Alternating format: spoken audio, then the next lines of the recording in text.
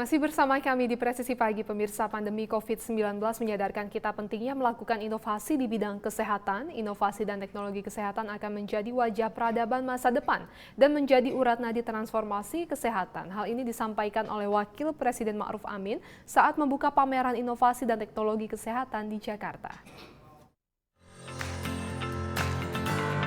Wakil Presiden Kiai Haji Ma'ruf Amin membuka pameran inovasi dan teknologi kesehatan dalam transformasi kesehatan bertemakan melesat maju menuju resiliensi kesehatan.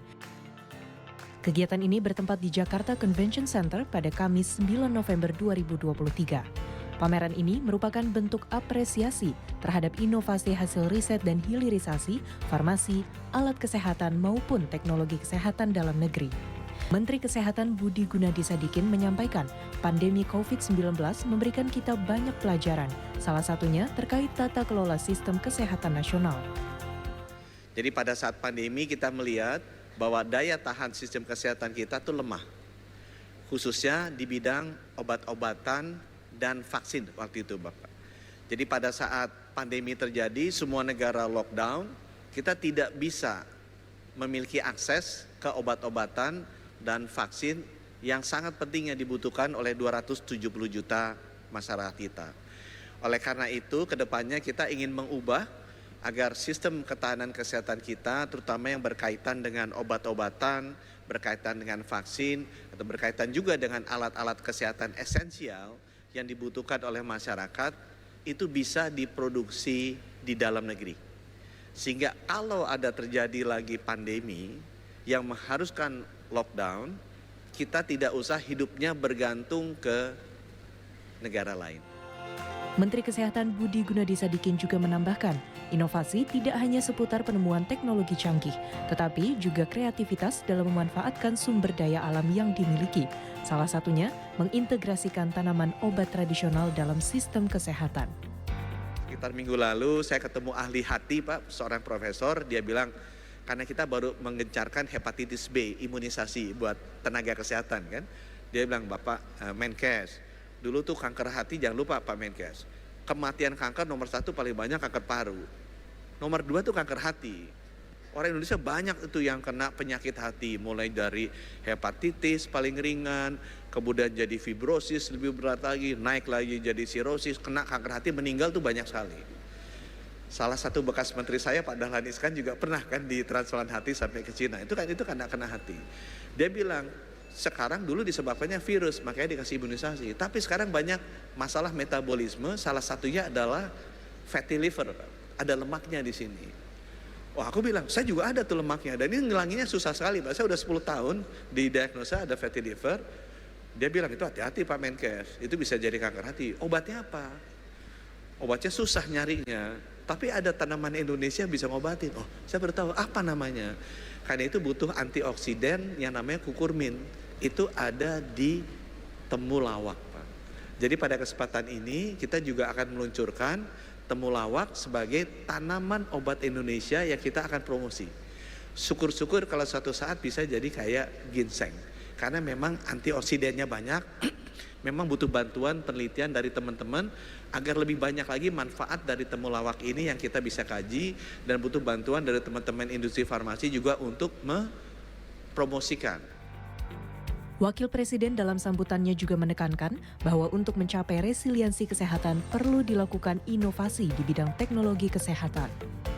Sebagai negara besar yang dikurniai oleh Allah Subhanahu wa taala dengan keberlimpahan sumber daya alam dan juga manusia, kita harus mengencangkan ikhtiar dalam inovasi dan penguasaan teknologi supaya bangsa kita ini tidak tertinggal dalam berbagai bidang pembangunan termasuk di bidang kesehatan.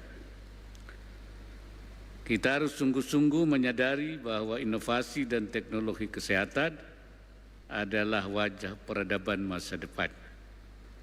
Inovasi dan teknologi kesehatan akan menjawab kebutuhan masyarakat modern, akan layanan kesehatan yang solutif, praktis, cepat, mudah, dan terjangkau. Inovasi harus menjadi urat nadi transformasi kesehatan yang tengah kita jalankan. Inovasi akan tumbuh dalam ekosistem kesehatan yang memiliki keinginan untuk berubah.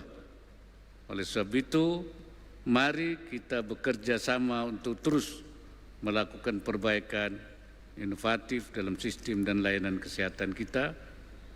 Jangan sampai sistem kesehatan kita gagal memenuhi kebutuhan masyarakat dan kalah dalam persaingan global.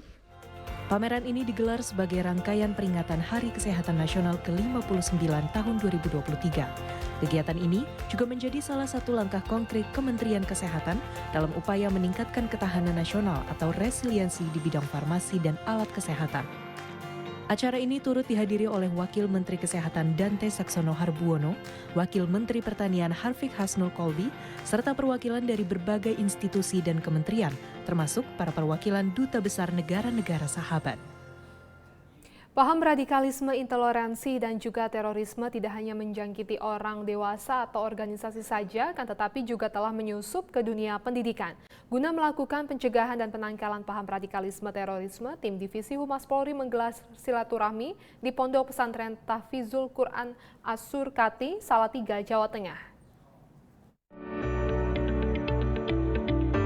Dalam kegiatan ini dihadiri oleh Ketua Timah Divisi Humas Polri, yakni Kabag Penum Divisi Humas Polri Kombes Pol Nurul Azizah, Kapolres Salatiga AKBP Aryuni Novitasari, narasumber yang dibawa oleh Polri yaitu Nasir Abbas, pimpinan Pondok Pesantren Tahfizul Quran As-Surkati, Diding Fatudin, serta para santri Pondok Pesantren. Nasir Abbas selaku narasumber Polri yang juga mantan narapidana teroris atau napiter memberikan materi kepada para santri terkait pengalaman kelam yang dilaluinya. Materi itu diberikan agar para santri terhindar dan paham dengan cara pencegahan yang diterangkan oleh narasumber. Ya, secara kekerasan, angkat senjata, dirubahlah sudah semua. Nah, jika ada kelompok di Indonesia yang punya pikiran Indonesia ini, pemerintah NKRI harus dirubah dengan cara-cara revolusi atau kudeta, sistem pemerintahnya digulingkan.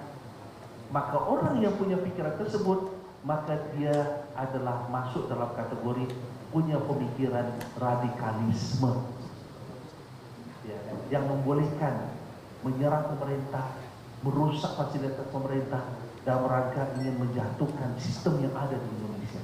Maka mereka lah radikalisme.